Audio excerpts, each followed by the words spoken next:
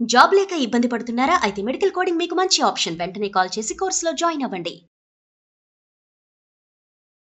యాక్చువల్‌గా ఒక అమ్మగారు ఉన్నారు గౌరి గారని.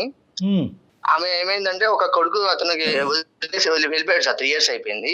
ఓల్డ్ ఏజ్ హోమ్స్‌కి వెళ్ళాను సార్. యాక్చువల్‌గా వెళ్తే అక్కడ ఈమెను చూశాను సార్.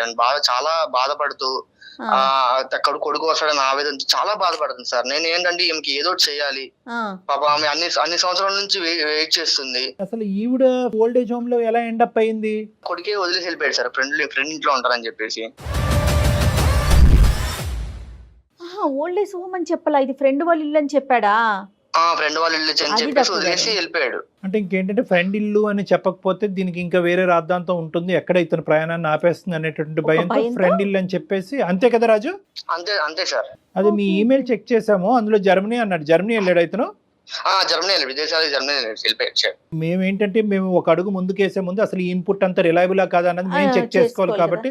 సో ఒకళ్ళ దగ్గర నుంచి వచ్చే ఇన్ఫర్మేషన్ కాదు, ఈ 4-5 దగ్గర నుంచి మీరు రాబట్టారు ఇదంతా కూడా. అవును సార్. ఆమెకి ఏదో కొద్దిగా కొడుకుని తన దగ్గర తెచ్చుకుందామని ఆస్తూ నేను ఈ ప్రయత్నం చేశాను సార్. నేను ఫోన్ చేసినప్పుడు 2 times కాల్ కట్ చేసాడు. మళ్ళీ చేస్తా ఉంటే ఒకసారి లిఫ్ట్ చేశాడు సార్. చేసి ఏమన్నాడు?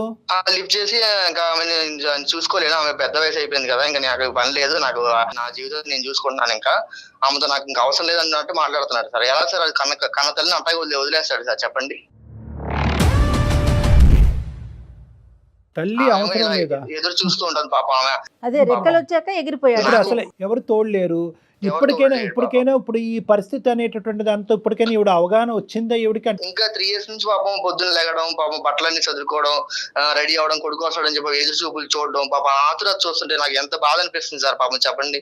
కొడుకు వస్తాడు ఎక్కడ ఆయన ఏమో రావట్లేదు, ఫోన్ లిఫ్ట్ చేయట్లేదు. నేను మాట్లాడుతుంటేనేమో అతనేమో నాకేం సంబంధం లేనట్టు మాట్లాడుతున్నాడు. అక్కడ ఓల్డ్ ఏజ్ హోమ్ లో వాళ్ళు దాన్ని నిర్వహించే వాళ్ళు కానీ వార్డెన్స్ వాళ్ళు ఉంటారు కదండి, వాళ్ళు ఏమంటున్నారు రాజు గారు? ఏమంటున్నారంటే కొంచెం కేర్ వాళ్ళు ఏం చెప్పారంటే, సుమన్ టీవీని వాళ్ళు అప్రోచ్ అవ్వండి, మీకు ఒక సమస్య అనేది పరిష్కారం చేస్తారంటే మిమ్మల్ని అప్రోచ్ చేయనండి మేడం. Very good. సో మీరు చేసినటువంటి ప్రయత్నాలు ఫలించలేదు కాబట్టి ఒకసారి అందమైన జీవితం ద్వారా ఒక ప్రయత్నం చేద్దామని మీరు అవును సార్ అనుకున్నాను sir.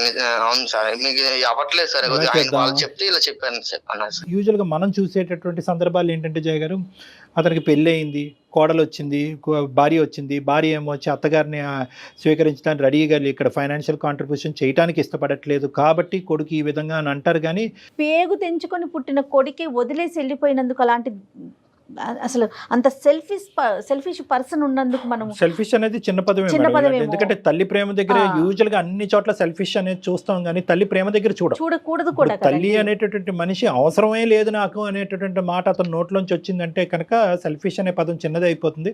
Anyway, all said and done. కాదు, ఇప్పుడు మనం గౌరీ గారితో మాట్లాడాలి అంటే ఎలా రాజు గారు? అంటే మనకు ఇప్పుడు మీరు చెప్పేదంతా కరెక్ట్, ఒక మానవతా దృక్పథంతో మీరు ముందుకొచ్చి చేశారు అనేటటువంటిది మాకు నమ్మకం కలగాలి అంటే గౌరీ గారితో మాట్లాడేదానికి అవకాశం ఉందా? ఆయన ఏమైందంటే నా దగ్గర తెచ్చి పెట్టుకున్నాను సార్. 15 రోజులు అవుతుంది. ఆమె ఇంకే ఏమంటుందంటే, మా కొడుకు వస్తాడు, చాలా రోజులు నేను వెయిట్ చేస్తాను, నాకు పక్క నా ప్రేమ ఉంది నా కొడుకు మీద, పక్కా వస్తాడని చెప్తే ఆమె అదే ఆతురతో ఉంది సార్ పాపం. అదేలేండి, బహుశా ఓల్డ్ ఏజ్ హోమ్ వాళ్ళు అందరూ కూడా అదే మాట చెప్పుంటారు. ఈ రోజు రాజుగారు కూడా అదే చెప్తున్నారు. కానీ ఆవిడ నమ్మకం ఆవిడది. ఎందుకంటే కని పెంచి ఇంత చేసిన తర్వాత కొడుకు అలా ప్రవర్తిస్తాడని ఏ తల్లి మాత్రం అనుకుంటారు? ప్రపంచం అంతా వచ్చి రాడు అని చెప్పినా కూడా వస్తాడు అన్నట్టే మాట్లాడుతుంది ఆవిడ. గౌరమ్మతో మాట్లాడొచ్చా? మాట్లాడుతున్నాను, నా పక్కనే ఉన్నారు, మాట్లాడుతున్నా. ఒకసారి. హలో గౌరమ్మ గారు, నమస్తే అండి. నా పేరు నమస్తే సార్. సుమన్ టీవీ అందమైన జీవితం నుంచి నా పేరు డాక్టర్ కళ్యాణ్ చక్రవర్తి. నాతో పాటు జయ గారు కూడా ఉన్నారు. నమస్తే అమ్మా. నమస్తే అమ్మా. ఏంటమ్మా పరిస్థితి ఏంటమ్మా? మీ అబ్బాయి ఎక్కడున్నాడు? ప్రస్తుతం మీరు ఎక్కడున్నారు? మీ అబ్బాయి ఎక్కడో బయట దేశాల్లో ఉన్నాడు అని విన్నాము. ఎప్పుడు వస్తామని అనుకుంటున్నాడు? ఎన్ని సందర్భాల్లో మీరు మాట్లాడు? మా అబ్బాయి వస్తాడు సార్, నన్ను తీసుకెళ్తానని చెప్పి వాళ్ళ ఫ్రెండ్ ఇంట్లో 2 days ఆగు, మనకు వీసా అవి రావాలి కదా, నీకు టైం పడుతుందమ్మా, నువ్వు ఇక్కడుండు, నేను పని చూసుకొని అన్ని అక్కడ సెటిల్ అయ్యి నేను తీసుకెళ్తాను అన్నాడు సార్. మా అబ్బాయి ఖచ్చితంగా వస్తాడు సార్. ఎంతకాలం వస్తే సంతోషమేనమ్మా. మీకెంత ఆనందం, మాకు అంతే ఆనందం. మీ అబ్బాయి రావాలనే మేము కోరుకుంటున్నాము. కానీ ఎంతకాలం బట్టి మీ అబ్బాయి వస్తాడు అని వెయిట్ చేస్తున్నాడు? మీ అబ్బాయి మిమ్మల్ని ఎక్కడ వదిలేడు అని మీరు అనుకుంటున్నారు? వాళ్ళ ఫ్రెండ్ ఇంట్లో వదిలేడు సార్. ఇప్పుడు మీరు ఉండేది మీ అబ్బాయి వాళ్ళ ఫ్రెండ్ ఇంట్లోనా అమ్మా? ఫ్రెండ్ ఇంట్లో ఉంటే ఇంకొక అబ్బాయి వచ్చి తీసుకొని వచ్చాడు. ఇప్పుడు ఎన్ని రోజులైంది ఈ అబ్బాయి దగ్గరికి వచ్చి? 15 రోజులు అవుతుంది తీసుకొచ్చి. అమ్మా, ఇప్పుడు ఇతను చెప్పినటువంటి ఒక్క అంశమే కాదు, మేము కూడా బ్యాక్గ్రౌండ్లో మా ఎంక్వైరీస్ మేము చేసుకుంటాం. కానీ మీరు ప్రస్తుతం ఉండేటటువంటి ప్లేసు ఒక ఓల్డ్ ఏజ్ హోమ్. లేదు సార్, ఓల్డ్ ఏజ్ హోమ్ కాదు, మా అబ్బాయి వాళ్ళ ఫ్రెండ్ ఇల్లే. సరే, అది ఎవరి ఇల్లు అన్నది తర్వాత మాట్లాడదాము. ఎన్ని సందర్భాల్లో ఈ 3 సంవత్సరాలతో మీ అబ్బాయి మీకు ఫోన్ చేశాడు, లేదంటే మీరు ఫోన్ చేసినప్పుడు మీ అబ్బాయి ఫోన్ ఎత్తాడు? సరే, ఎప్పుడు తీసుకెళ్తా అన్నాడు? తీసుకెళ్తానమ్మా, ఇక్కడ అన్ని కొంచెం చూసుకొని నేను సెటిల్ అయ్యి ఉద్యోగం ఎప్పుడు మాట? చూసుకోవాలి కదా. ఇది ఎప్పుడు అమ్మ, మాట మీరు అమ్మా? ఎన్ని రోజుల క్రితం వస్తానని చెప్పాడు. మాట్లాడారమ్మా? వాడు అమ్మా. ఉన్నాడు సార్, నా కొడుకు అట్లటోడు కాదు సార్, అవునమ్మా, ఖచ్చితంగా వస్తాడు. వస్తాడమ్మా. కాదు, మీరు ఎన్ని రోజుల క్రితం మాట్లాడారు అతనితో, రాజుతో, మీ అబ్బాయితో? నేను మాట్లాడక చాలా రోజులైందమ్మా.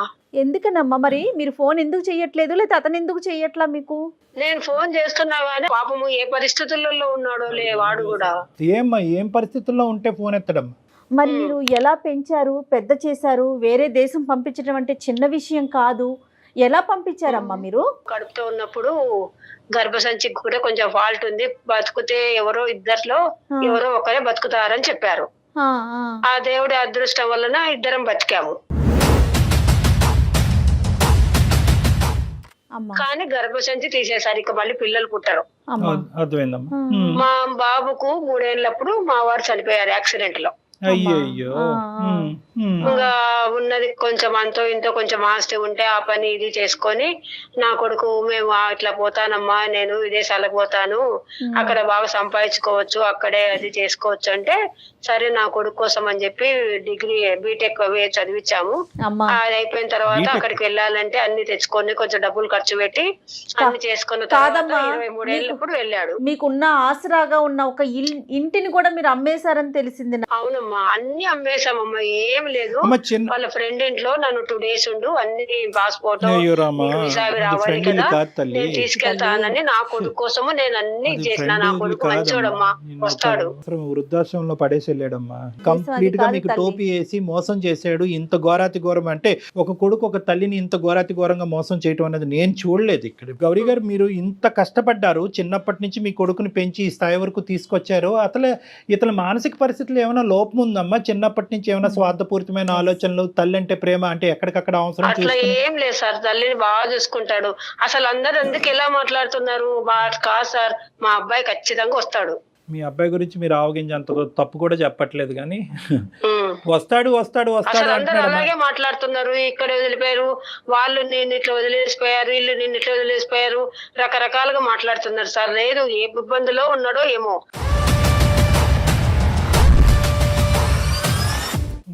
ఇప్పుడు రాజుగారు వచ్చారు. రాజుగారు ఒక 15 రోజుల పాటు మిమ్మల్ని తన ఇంటికి తీసుకెళ్లాడు. అతను కూడా పెద్ద హృదయము, గొప్ప మనిషి అతను.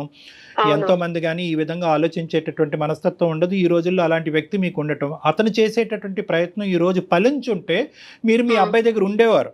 కానీ అతని ప్రయత్నాన్ని కూడా విఫలమయ్యే విధంగా మీ అబ్బాయి ప్రవర్తించాడు. 2 సార్లు ఫోన్ కట్ చేశాడు, ఒకసారి ఫోన్ ఎత్తాడు. అసలు నాకు అటువంటి, అంటే ఈ మాట చెప్తున్నాను, నాకు చాలా బాధగా ఉంది, మీకు బాధ కలుగుతుంది. మీ అబ్బాయి అన్న మాట అంట, నాకు ఎటువంటి బంధాలు లేదు, నాకు ఎటువంటి ప్రేమ ఆప్యాయతలు లేదు, నాకు అసలు తల్లి అనేటటువంటి బరువు బాధ్యతలు కూడా నాకు వద్దు అని అంటున్నాడంట. ఇదేం విడ్డూరం? లేదు సార్, ఏ ఇబ్బందిలో ఉన్నాడు ఏమో మా అబ్బాయి, వస్తాడు సార్ నా కోసం. పోనీ రాజుగారు నిన్ను తీసుకొచ్చి అక్కడ పెట్టుకున్నాడు, 15 రోజుల పాటు చూసుకుంటున్నాడు. పోనీ మీ దగ్గర ఏమైనా ఆర్థిక పరమైన పరిస్థితులు ఉన్నాయా? ఆ డబ్బులన్నీ లాక్కోవడానికి రాజుగారు ట్రై చేస్తున్నారా? అతను ఏమైనా డబుల్ గేమ్ ఆడుతున్నాడా? పోనీ మీ దగ్గర ఏమైనా ఉన్నాయా? మిమ్మల్ని డైరెక్ట్ గా అడుగుతున్నాను. ఇతను ఏమైనా మీ దగ్గర నుంచి రాబట్టాలనే ప్రయత్నం ఉందా రాజుగారు కరెక్ట్ మనిషా కాదా? నా దగ్గర ఏమీ లేదు, మీ దగ్గర చిల్లిగవ్వ కూడా లేదు.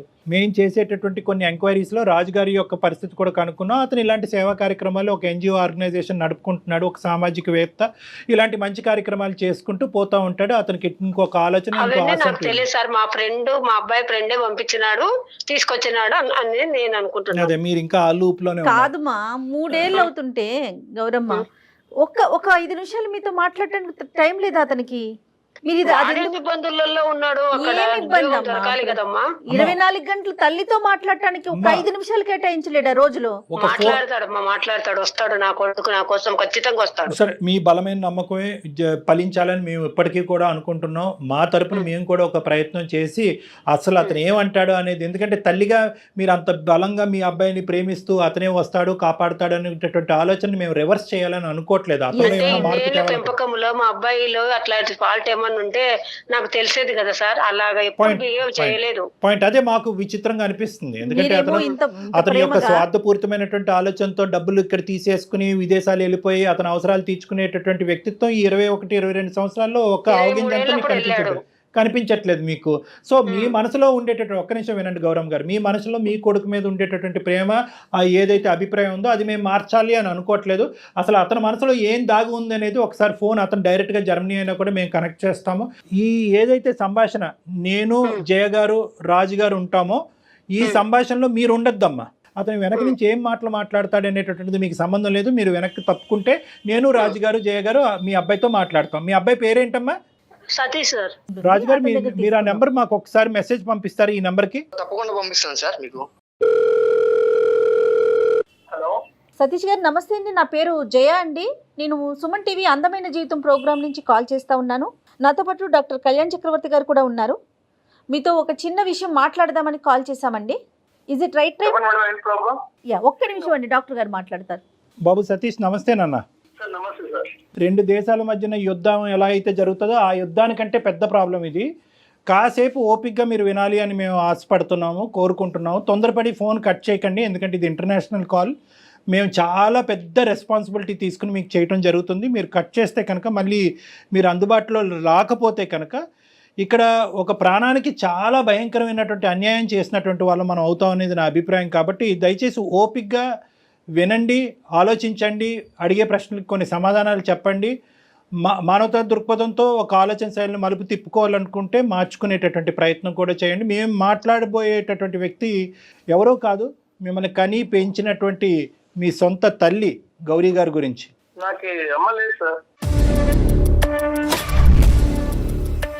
అమ్మ లేదా మీకు? మరి గౌరీ గారు ఎవరు?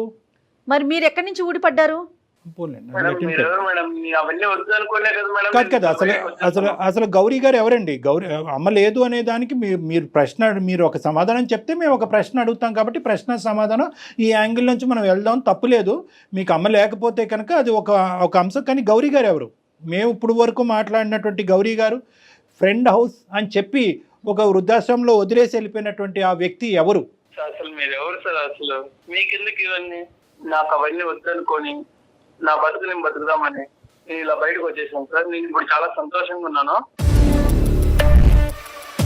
ఏమండి, నేను ఎవరు అని అడిగారు కాబట్టి నేను చెప్తున్నాను. నేను ఒక మనిషిని, ఓకే, మానవత్వం ఉండేటటువంటి 2 మనుషులు ఇక్కడ అందమైనటువంటి జీవితంలో ఉన్న కార్యక్రమాల్లో కూర్చుని మానవత్వాన్ని కాపాడేటటువంటి ప్రయత్నంలో ఒక 4గురికి సహాయపడాలనేటటువంటి ఉద్దేశంతో, ఇంకా మానవత్వాన్ని చంపేయకుండా దాన్ని నరికి పోగులు పెట్టకుండా కాపాడేటటువంటి ప్రయత్నం చేసేటటువంటి ఒక ఆలోచన శైలితో ప్రయత్నం చేసుకుంటూ ముందుకు వస్తున్నాయి 2 మనుషులు మేము. మీరు మనిషి అయితే కనుక, మళ్ళీ చెప్తున్నాను, మీరు మనిషి అయితే కనుక ఒక్క 2 నిమిషాలు కూల్గా కూర్చుని మేము అడిగేటటువంటి 2-3 మాటలకి సమాధానం చెప్పండి చాలు. గౌరీ గారు ఎవరు? మీరు ఎవరైనా వాట్ ఎవర్, అదంతా నేను నా సంతోషం కోసం, నా బతుకు కోసం ఓల్డేజ్ హోమ్ లో చేయడం జరిగింది. ఆవిడ బయటకు వచ్చాను, నా కష్టాలు నేను పడుతున్నాను, నా బతికేదో బతుకున్నాను. మంచిదే, మీ బ్రతుకు మిమ్మల్ని బతకద్దని ఎవడూ అనలేదు, మీ భవిష్యత్తును చూడొద్దని ఎవరు అనలేదు, మీ సుఖాలు మిమ్మల్ని అనుభవించొద్దని ఎవరు అనలేదు. వినండి, ఒక్క నిమిషం, ఇవన్నీ అనుభవించండి, ఈ సుఖాలన్నీ మీ భవిష్యత్తును నిలబెట్టుకోండి, 1కి 100 కోట్లు సంపాదించండి, దాని గురించి మేము అనట్లేదు. మీ తల్లి మీకు చేసిన అన్యాయం ఏంటి, పాపం ఏంటి? తల్లి నీకు ఏ విధంగా భారమైంది? నాకు వద్దు సార్ ఈ తలనొప్పులు, ఈ బాధ్యతలు. గడుగుడ్డు వద్దు కాదు. జర్మనీ వెళ్ళక ముందు వదిలేకపోయావా మీ తల్లిని? వద్దేంటయ్యా, వద్దు, నీ ఇష్టం ఏంటి? అసలు బంధాలను వద్దంట కాదు కళ్యాణ్ గారు. అసలు ఆవిడే లేకపోతే తను ఎక్కడి నుంచి వచ్చాడండి? ఈ రోజు జర్మనీలో కూర్చొని ఎలా మాట్లాడగలుగుతున్నాడు? ఏ వయసు అప్పుడు మీ నాన్నగారు చనిపోయారు? ఏం మాట్లాడుతున్నారు మీరు సతీష్ గారు? చిన్నప్పుడే చనిపోయారు. చనిపోయిన తర్వాత ఎవరు చూసుకున్నారు? ఎవరు నిన్ను కాపాడారు? ఎవరు చదివించారు? ఎవరు నీకు గోరుముద్దలు తినిపించారు? ఎవరు నీ ఆలన పాలన చూసుకున్నారు? నీకేమైనా డిమెన్షియా, మెమరీ లాసా? అక్కడ ఇండియాకి వచ్చి ఇప్పుడు ఆమెతో ఉండి ఆమె సేవలు చేసుకుంటూ కూర్చోవాలా సార్? అరే రావద్దురా బాబు, నువ్వు ఇండియా రావద్దు. నిన్నెవడు రమ్మని చెప్పాడు? నువ్వు ఇండియా రావద్దు. కానీ ఇక్కడ నీకు ఒక తల్లి అనేటటువంటి ఒక వ్యక్తి ఉంది కదా, ఆవిడ బాగోగులు చూసుకోవాల్సినటువంటి బాధ్యత నీకు ఉంది కదా. ఇంత స్వార్థం నేను ఎక్కడ చూడలేదు నాన్న. ఆవిడ ఒక ఆలన పాలన చూసుకోవాలా? ఆవిడ తిండి తింటుందా? ఆవిడ ఆరోగ్య పరిస్థితులు ఏంటి? ఆవిడ పరిస్థితి ఏంటో తెలుసా? లైన్లో రాజుగారు ఉన్నారు, అతను చెప్తాడు కావాలంటే ఎంత భయంకరంగా ఉందో ఆవిడ పరిస్థితి. ప్రతిరోజు అంటాకంటే నువ్వు వస్తావని చెప్పి విమానంలో ల్యాండ్ అవుతావు, ఆవిడ ఇంటి ముందు ల్యాండ్ అవుతావు అని చెప్పి పెట్టి బేడ సర్దుకుని ఎక్కించుకుని విమానం ఎక్కించుకుని వెళ్తావని చెప్పి పిచ్చిది వెయిట్ చేస్తుందంట. ఆవిడ మానసిక పరిస్థితి ఎలా ఉందో, నీ తల్లి మానసిక పరిస్థితి నీకు అర్థమవుతుందా? నాకు ఆ బరువు బాధ్యతలు అవన్నీ నాకు వద్దు సార్. నాకు ఆ తలకాయ నొప్పులు వద్దు. నేను ఇక్కడ మంచిగా సెటిల్ అవుదామని వచ్చాను. నేను ఇక్కడే మ్యారేజ్ చేసుకుని, ఇక్కడే అమ్మాయిని మ్యారేజ్ చేసుకుని, గ్రీన్ కార్డ్ తీసుకుని ఇక్కడ హ్యాపీగా ఉంటాను. నాకు ఆవిడ వద్దు సార్. వద్దు అని చెప్పడానికి కారణం ఏంటి సతీష్? నిన్ను తిట్టాలనిపించట్లేదు, కొట్టాలనిపిస్తుంది. నిజంగా నేను ఈరోజు నిజంగా ఎప్పుడు నేను ఈ మాట అనలేదు, కొట్టాలని అనిపిస్తుంది.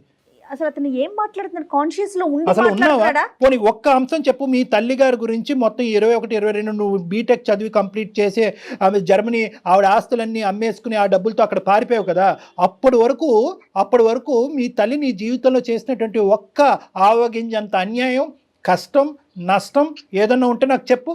ఏం చేశారు సార్? తన్నారు, ఆయన చనిపోయారు. ఎవరు ఆయన? మీ నాన్న? ఆయన అంటే ఆయన ఏంటయ్యా? ఏం మాట్లాడుతున్నావు నువ్వు? వెళ్ళిపోయారు కదా సార్. చనిపోయారు. వెళ్ళిపోయారు సార్. అయితే వదిలేసి వెళ్ళిపోయారు. వెళ్ళిపోయారు. ఆ తర్వాత మీ అమ్మ వెళ్ళి ఇంకో 2 పెళ్లిళ్ళు చేసుకుందా? ఆమె ఏమి వదిలేయలేదు కదా నిన్ను. నా జీవితం గురించి నేనే ఆలోచించుకొని ఆ ఉన్న డబ్బులతో, ఆ ఉన్న ఆస్తితో నేను చదువుకొని వీడేదో సంపాదించినట్టు మాట్లాడుతున్నాడు. అలా కాదయ్యా, మీ అమ్మ పడినటువంటి కష్టం ద్వారా వచ్చినటువంటి పైసాతో నువ్వు చదువుకున్నావు కదా. ఎందుకు నీ బ్యాక్గ్రౌండ్ ఎందుకు మర్చిపోతున్నావు? నీకేమైనా మెంటల్ ప్రాబ్లం ఉందా, డిమెన్షియా ఉందా, మరుపు ఉందా? ఎందుకంటే నార్మల్ స్థాయిలో ఉండేటటువంటి చదువుకున్నటువంటి చదువు అసలు ఆ సందర్భం, తల్లి కొడుకుల ప్రేమకి చదువు అనేటటువంటిది ఆ సందర్భం. కానీ నువ్వు చదువుకున్నావు, ఎంత బాధలు పడుతూ నిన్ను ఈ స్థాయి వరకు తీసుకొచ్చింది. ప్రతి అంశం చూసిన తర్వాత ఇంత నువ్వు కఠినంగా మాట్లాడుతున్నావు అంటే కనుక అసలు నీ మైండ్ ఉందా పోయిందని నాకు డౌట్గా ఉంది. ఆ బంధాలు బంధుత్వాలు నాకు వద్దనుకుని నేను ఒక్కడిగా వచ్చేసాను. ఎందుకు నాన్న? ఇప్పుడు నువ్వు గ్రీన్ కార్డ్ కావాల్సినటువంటి ఒక అమ్మాయిని పెళ్లి చేసుకుని అక్కడే సెటిల్ అవుతాను అంటున్నావు. అంటే గ్రీన్ కార్డ్ గురించే చేసుకుంటావా, లేదంటే ఒక బంధం గురించి చేసుకుంటావా? బంధాలు, ఈ బంధాలు వద్దు కానీ ఆ బంధాలు కావాలా నీకు? నీకు పెళ్లి కావాలి, భార్య కావాలి, పిల్లలు కావాలి, మరి నీకు తల్లి వద్దా? ఏ విధంగా నీ తల్లి బరువు అయింది? ఏ విధంగా నీ తల్లి నీకు అన్యాయం చేసింది నీ జీవితంలో? ఒక్క మాట నాకు చెప్పినన్నా. నిన్ను తిడితే కనుక ఫోన్ పెట్టేస్తావు అని భయంతో ఇంకా తిట్టలేకపోతున్నాను. నువ్వు తిడితే కనుక నువ్వు ఫోన్ పెట్టేస్తావు. ఫోన్ పెట్టేస్తే కనుక నువ్వు నాకు దొరకవు. నాకు దొరకకపోతే ప్రపంచంలో ఎవరికి దొరకవు. ఆవిడ జీవితాంతం అలా పెట్టి సర్దుకుని మేకప్ వేసుకుని ఆవిడ చీర బొట్టు పెట్టుకుని అలా కూర్చుని నువ్వు వస్తావు వెయిట్ చేస్తూ ఆవిడ పిచ్చిదైపోద్ది. కళ్యాణ్ గారు, మీరు ఒక మంచి పని ఏంటో చేశారు చెప్పనండి. ఆవిడ అమ్మ మీరు లైన్లో ఉండమాకండి, అతనితో మేమే మాట్లాడతామని. ఆ తల్లి వినిందంటే గుండె పగిలిపోయేదండి ఈ పాటికి. అతను మాట్లాడే మాటలకి. రాజుగారు, అప్పుడప్పుడు ఇతను మేము మాట్లాడితే ఇతను నమ్మట్లేదు. ఒక్కసారి మీ వర్డ్స్ లో ఆవిడ ఎంత భయంకరమైనటువంటి పద్ధతి. ఏమండి ఒక్క నిమిషం సతీష్ గారు, రాజు గారు ఒక ఎన్జిఓ ఆర్గనైజేషన్ నుంచి వచ్చినటువంటి ఒక పెద్ద మనిషి, ఒక మానవతా దృక్పథం ఉండేటటువంటి ఒక సంఘ సేవకుడు. అతను ఏంటంటే ఆ వృద్ధాశ్రమంలో చాలా మందిని చూశాడు. కానీ అందరికంటే భయంకరమైనటువంటి పొజిషన్ ఈవిడ చూసి ఇతను మనసు కరుక్కుమని ఇది బాధ కలిగి అతను ఏం చేశారంటే మీకు ఫోన్ కలిపాడు. మీరేం చేశారు? 2 సార్లు ఫోన్ కట్ చేశారు. యాజ్ యూజువల్ మీకు అలవాటే కదా ఫోన్లు కట్ చేయటం. కట్ చేసి 3వసారి ఎత్తి ఆవిడ నథింగ్ డూయింగ్ అండి అని చెప్పి ఫోన్ మళ్ళీ పెట్టేశారు. ఆవిడ ఎవరో నాకు సంబంధం లేదని పెడతారు. అయినా కానీ ఆ మనిషి అక్కడ వదలలేదు. ఆ మనిషి అక్కడ వదలకుండా ఏం చేశాడంటే కనుక అది మానవత్వం అంటే అండి, అది మనస్తత్వం అంటే, అది ప్రేమ అంటే. ఏ సంబంధం లేకపోయినా ఒక సంబంధాన్ని క్రియేట్ చేసుకున్నారు. మీరేమో వచ్చి ఉండేటటువంటి ఒక తల్లి కొడుకుల బంధాన్ని కాలుకేసి తొక్కేసుకుని ఆయన అప్పుడు పోయాడు కదండి, ఆయన అక్కడ పోయాడు అని చెప్పి చనిపోయినటువంటి మీ తండ్రిని కూడా అవమానించేటటువంటి మానసిక పరిస్థితిలో మీరు ఉన్నారు. ఒక్కసారి అతనితో మాట్లాడండి. మీ అమ్మగారి యొక్క మానసిక, ఇప్పుడు మీ అమ్మగారితో మాట్లాడితే ఎంత విచిత్రమైన పరిస్థితితో తెలుసా? ఏమండి మా అబ్బాయి గురించి అలా మాట్లాడుతున్నారు అందరూ అసహ్యంగా. ఇది తప్పండి. మా అబ్బాయి గురించి ఎవరు అలా మాట్లాడకండి. ఈరోజు కాకపోయినా రేపొద్దున మా అబ్బాయి వచ్చి నన్ను పట్టుకెళ్తాడండి. నేను ఇప్పటికీ కూడా మా అబ్బాయి స్నేహితుడి ఇంట్లో ఉన్నానండి, వృద్ధాశ్రమంలో లేనండి, ఓల్డేజ్ హోమ్లో లేనండి అని చెప్పి ఆవిడ వాదన వినిపిస్తుంది నిన్ను సపోర్ట్ చేసుకుంటూ. ఆవిడ నీ మీద ఉండేటటువంటి ప్రేమ నీకు 1000వ వంతు కూడా లేదు.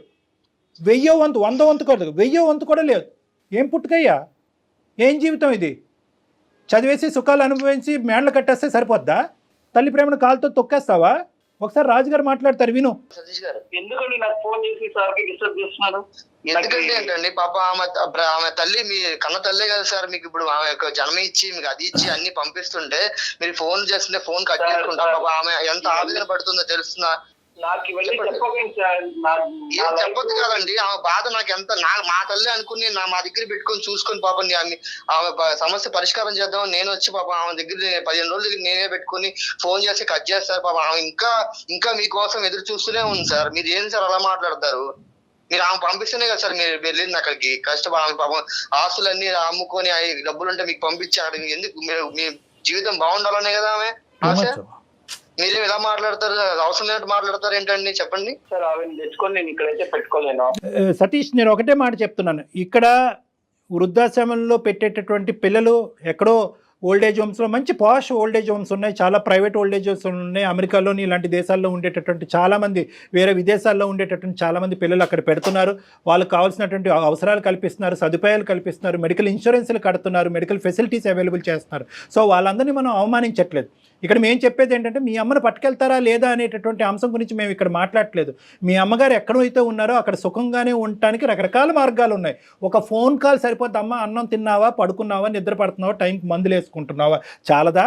ఇప్పుడు ఏదో నిన్ను తీసుకెళ్ళి నీ భుజస్కంధాల మీద పెట్టుకుని మోయవలసినటువంటి తల్లి ప్రేమ అనేటటువంటిది ఏదో ఉంటుందో, తల్లి కొడుకుల మధ్యన ప్రేమ, అది ఇచ్చి పుచ్చుకోమంటున్నావు. అయ్యా బాబు, నువ్వు ఎక్కడ దొరికావు మాకు? దానికి బరువు ఏంటి? మీ అమ్మ ఏదో ఆటోమేటిక్గా అక్కడి నుంచి వచ్చి ఒక సముద్రంలోంచి వచ్చేసో లేదంటే విమానం నుంచి వచ్చేసో నీ పక్కనకు వచ్చి ఉంటాను అనే అంత ఫీల్ అవుతున్నావు ఏంటి? నువ్వు నాకు అర్థం కావట్లేదు. 3 ఏళ్ళు అయింది కదా, మీకు అమ్మని చూడాలని అనిపించట్లేదా? చూడటం పక్కన పెట్టండి మేడం, ఫోన్ ఎత్తే చాలు. కనీసం మాట్లాడాలని కానీ చూడాలని కానీ. డాక్టర్గా నా దిక్కు తోచినటువంటి పరిస్థితి. ఎందుకంటే నిన్ను తిట్టలేను, కొట్టలేను, ఎందుకంటే ఎదురుగుంటా లేవు, ఎక్కడో దేశాల్లో ఉన్నావు. కొడితే తిట్టే నీకు కోపం వస్తుంది, నువ్వు ఫోన్ కట్ చేస్తావు. ఫోన్ కట్ చేస్తే కనుక ఎవరు బాధితులు? మేం కాదు బాధితులు, ఆవిడ బాధితురాలు. నేను ఇప్పటికీ కూడా ఒకే పాయింట్ నాకు అర్థం, నీ మీద కోపం వస్తుంది. నువ్వు ఎక్కడి నుంచి ఊడిపడ్డావు, నువ్వు ఎవరికన్నారు, తల్లిని అలా మాట్లాడతావేంటి, తండ్రిని అలా మాట్లాడతావేంటి అని ఇలా రకరకాలు అన్నా కూడా ఏదో ఒక కలత నీ మనసు లోపల ఉంది అనేది నాకు అనిపిస్తుంది. ఏం జరుగుతుంది ఇక్కడ సతీష్? నీ మనసు మార్చడానికి నేను ఎటువంటి ప్రయత్నం చేయాలి? జర్మనీ రమ్మంటావా?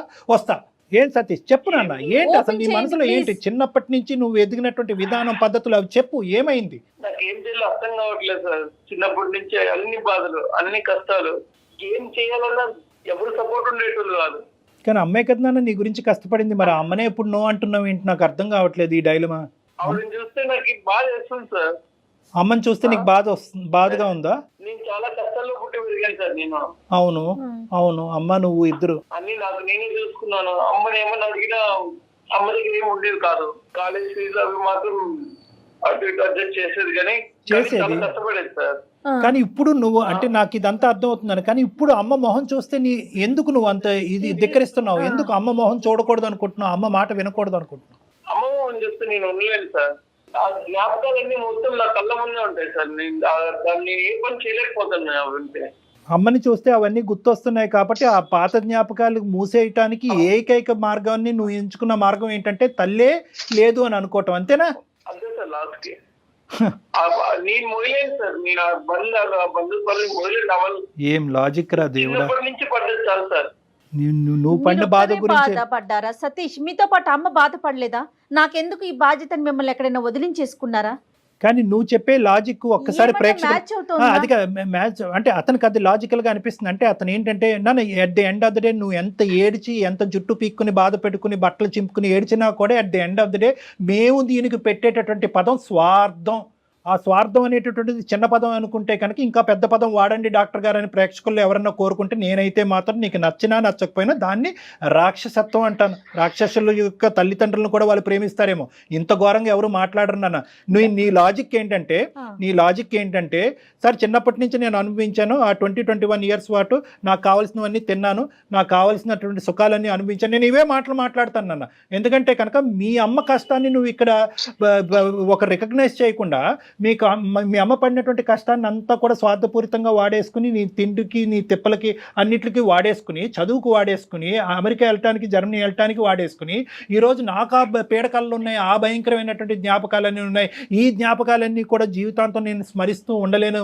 మా అమ్మని చూస్తే ఆ జ్ఞాపకాలు ఇంకా ఎక్కువైపోతాయి. కాబట్టి ఈ జ్ఞాపకాలు, ఈ మెమరీస్, నా పాస్ట్ చైల్డ్హుడ్ మెమరీస్ నేను ఫేడ్ అవుట్ చేయాలి అంటే మా అమ్మకు ఒక దండం పెడుతున్నానంటే ఇదేం న్యాయం నాన్న? డాక్టర్ గారు అలా గుర్తొస్తా ఉంటుందండి.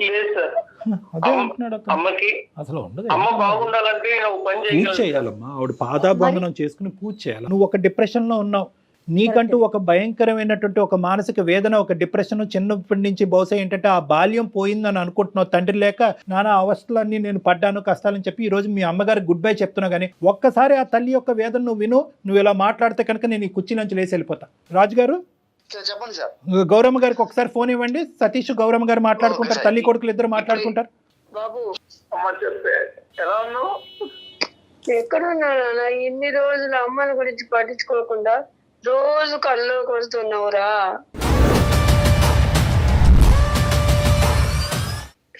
ఇలా వదిలేసి వెళ్ళిపోయావు. ఎలా ఉండాలి నేను ఒక్కదాన్ని?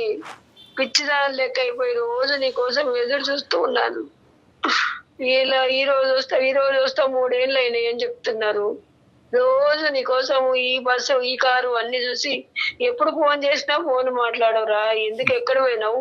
ఇన్ని రోజులు ఎక్కడ ఉన్నావు? ఈ అమ్మని గురించి పట్టించుకోకుండా పిచ్చిదాని లెక్క అయిపోయినారా నాయన? నన్ను క్షమించమ్మా. నా జీవితం కోసం నేనే స్వార్థంగా ఆలోచించుకుని తప్పని చూసానమ్మా. నిజంగానే వదిలేనమ్మా. నేను చూడకుండా నేను ఉండలేను నాన్న, నన్ను తీసుకెళ్ళు. గౌరమ్మ గారు, మీ అబ్బాయి చాలా పని ఒత్తిడిలో ఉన్నాడు. ఓకే, ఆ పని ఒత్తిడిలో ఉండటం వల్ల సరైనటువంటి సమయం సందర్భం చూసుకుని ఇండియా రాలేనటువంటి పరిస్థితిలో ఉన్నాడు.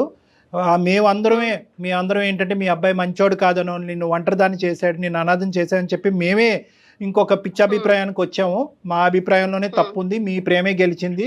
మీరు అనుకున్నట్టుగానే మీ అబ్బాయి పెర్ఫెక్ట్, మీకు తగినటువంటి కొడుకు మీ అబ్బాయి. అయితే ఆ అబ్బాయి తొందరలోనే ఇండియా వస్తాడు, మిమ్మల్ని తీసుకుని జర్మనీ వెళ్తాడమ్మా. ఓకేనమ్మా? ఓకే. మీరు ఒక్క 2 నిమిషాలు మీరు పక్కకు తప్పుకుని ఒకసారి మన రాజుగారికి ఫోన్ ఇవ్వండి అమ్మా. హలో రాజుగారు, చెప్పండి సార్. ఇప్పుడు మనం మాట్లాడుకునేది మళ్ళీ ఆవిడకి వినిపించకూడదు. ఎందుకంటే ఇది ఓన్లీ ఏంటంటే మన నలుగురు మధ్యనే ఉండాలి ఈ అంశం. ఎందుకంటే ఈ అబ్బాయి ఆలోచన శైలిలో ఇటువంటి యాంగిల్ ఉన్నది అనేది కల్లో కూడా తల్లి వరకు తెలియకూడదు. ఓకేనా? ఓకే. ఎందుకంటే కనుక ఇప్పటికీ కూడా ఆవిడ ఆ భ్రమలో ఉంది అంటే కనుక అదే భ్రమలో ఉండేవండి. ఎందుకంటే ఒక 100 మంది వచ్చి అమ్మ నీ కొడుకు వెళ్ళిపోయాడమ్మా, నిన్ను అనాథం చేశాడమ్మా, ఎప్పటికీ తిరిగి రాడన్నా కూడా ఆవిడ నా కొడుకు ఖచ్చితంగా తిరిగి వస్తాడు, మీరందరే పొరపాటు పడుతున్నారు అనేటటువంటి ఆ తల్లి స్థాయి ప్రేమని మనం ఎప్పటికీ కూడా ఆవిడ జీవిత కాలంలో ఎప్పటికీ కూడా మనం అది డైల్యూట్ చేయకూడదు. సో సతీష్, మీకు నేను కౌన్సిలింగ్ చేసి మీకు ఒక కనువిప్పు కలిగించి ఒక అవగాహన కలిగించేటటువంటి ప్రయత్నం చేసాం. అందులో మేము సక్సెస్ఫుల్ అయ్యామని మేము అనుకుంటున్నాం. కాబట్టి ఇంకొక మినిట్ కూడా నువ్వు అక్కడ ఉండకుండా నువ్వు ఇమీడియట్గా టికెట్ బుక్ చేసుకుని నువ్వు ఇండియా వచ్చి అవకాశం ఉంటే కనుక వీసాకి అప్లై చేసి ఇమీడియట్గా మీ అమ్మగారిని ఆ వృద్ధాశ్రమం నుంచి మీ జర్మనీ ఎక్కడికో తీసుకుని వెళ్ళండి. ఆల్ ద బెస్ట్ నాన్న. చాలా సంతోషం అండి. రాజుగారు, చెప్పండి సార్. మీకు శతకోటి వందనాలు. మామూలుగా కాదండి, శతకోటి వందనాలు. మీలాంటి వాళ్ళు ఇంకా ఈ ప్రపంచంలో ఆవిర్భవించాలి, ఇంకా పుట్టుకు రావాలి, మీలాంటి మనసులు ఇంకా ఉండాలి అనేటటువంటి మంచి ఉద్దేశంతో నేను సెలవు తీసుకుంటున్నాను. Thank you very much.